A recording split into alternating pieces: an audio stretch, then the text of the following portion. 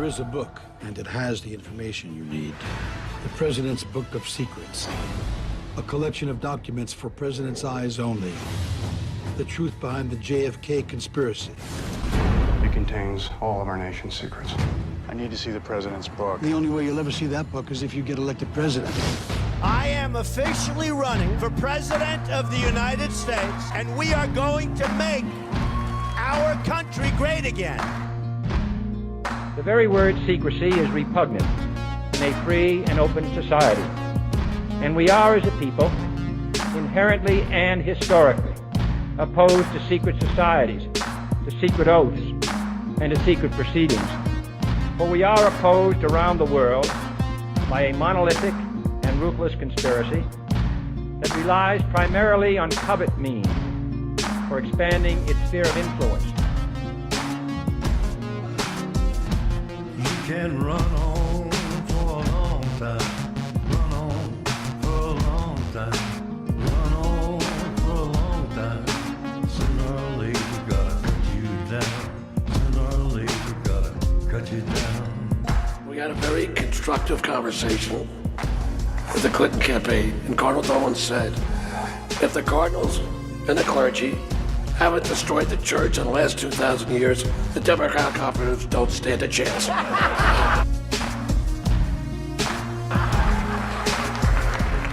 Life from its natural beginning to its natural end. It is a system which has conscripted vast human and material resources into the building of a tightly knit, highly efficient machine that combines military, diplomatic, intelligence, economic, scientific, and political operations.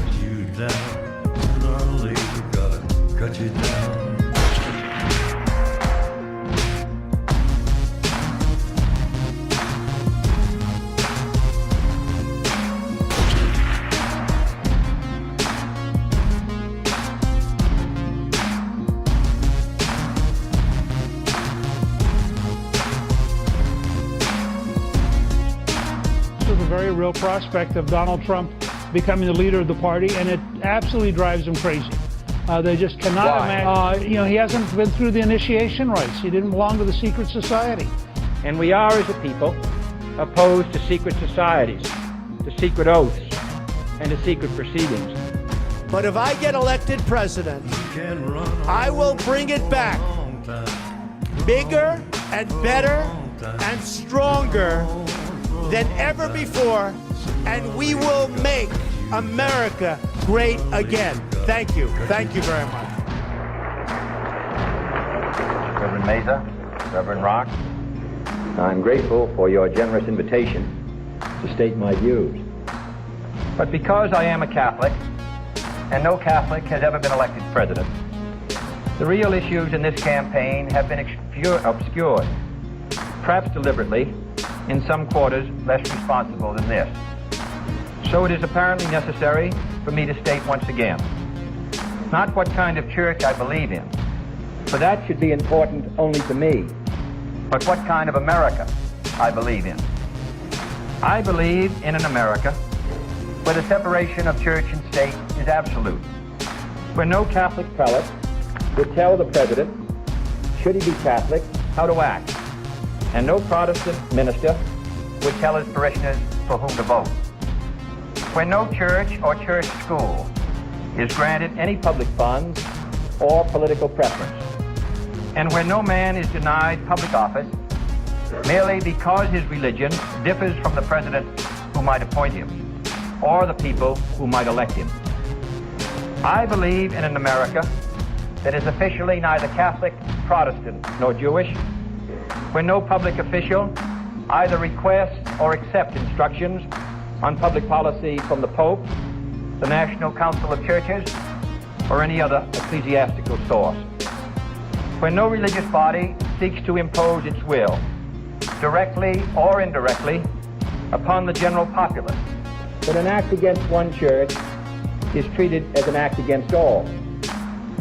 For while this year it may be a Catholic against whom the finger of suspicion is pointed, in other years it has been, and may someday be again, a Jew and may someday be again a Jew.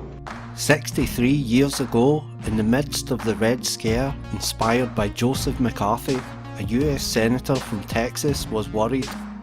A tax-exempt, non-profit group called Facts Forum, an anti-communist organisation, was spreading its conspiratorial philosophy on TV and radio in the guise of public service programmes.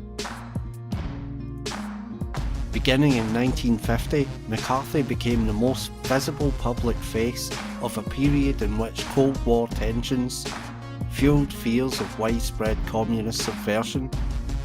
He was noted for alleging large numbers of communists and Soviet spies and sympathisers inside the federal government and elsewhere. Ultimately, the controversy he generated led him to be censured by the US Senate.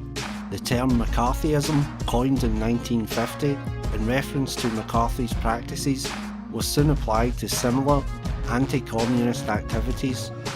Today, the term is used in reference to what are considered demagogic, reckless and unsubstantiated accusations, as well as public attacks on the character or patriotism of political opponents.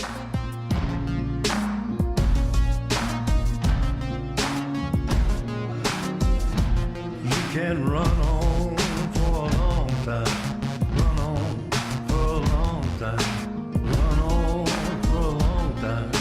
Sooner or later gotta cut you down, sooner or later gotta cut you down.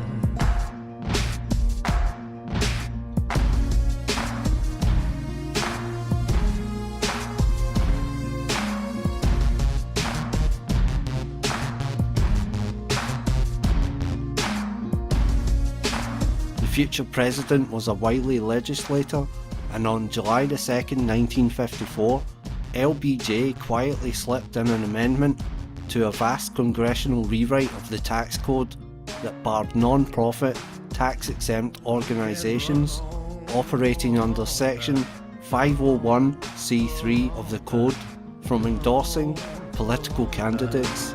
Sooner or later gotta cut you down, sooner or later gotta cut you down. Republicans, including McCarthy, might have had their own motives for supporting Johnson. They suspected the Rockefeller and other private foundations of pushing left-wing propaganda. Neither side gave a thought to the fact that the ban also applied to church pulpits. This ban, recently President Donald Trump promised to totally destroy the Johnson Amendment. Today my administration is leading by example as we take historic steps to protect religious liberty in the United States of America.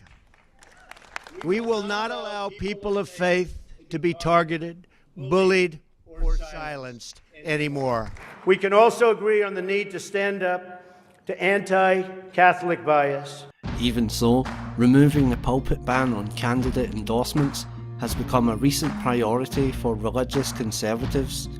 For the first time, elimination of the Johnson Amendment was endorsed, and it has become part of the contract that Donald Trump established with religious conservatives for their overwhelming support in last year's presidential campaign. And we will never, ever stand for religious discrimination. Never, ever. That's as big as it gets, right? Given presidential backing and total GOP control of Congress, the Johnson Amendment's days could be numbered.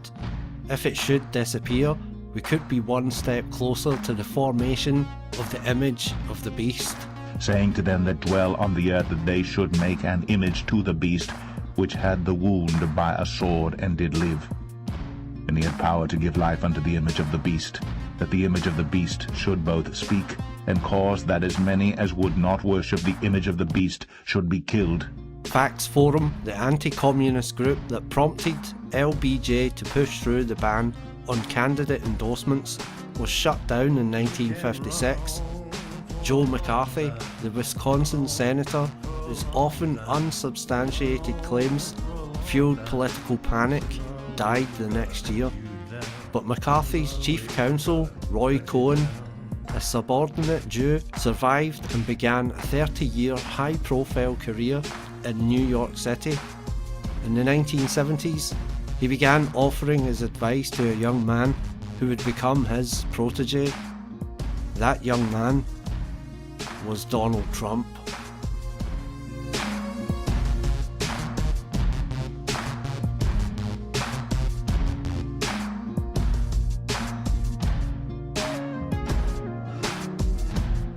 Can run on for a long time, run on for a long time, run on for a long time. Sooner or later, gotta cut you down. Sooner or later, gotta cut you down.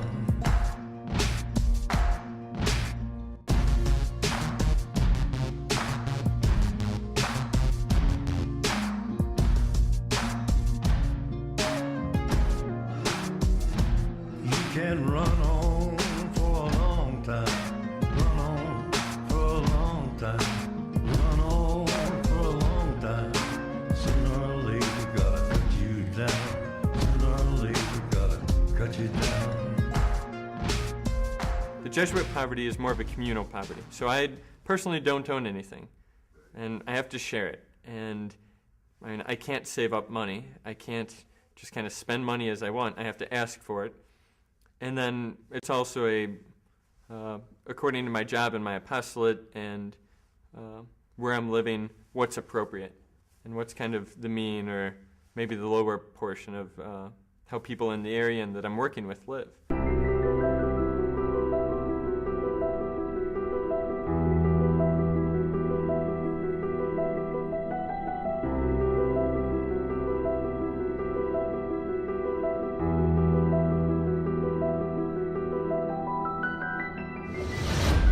Let's wake them up then, shall we?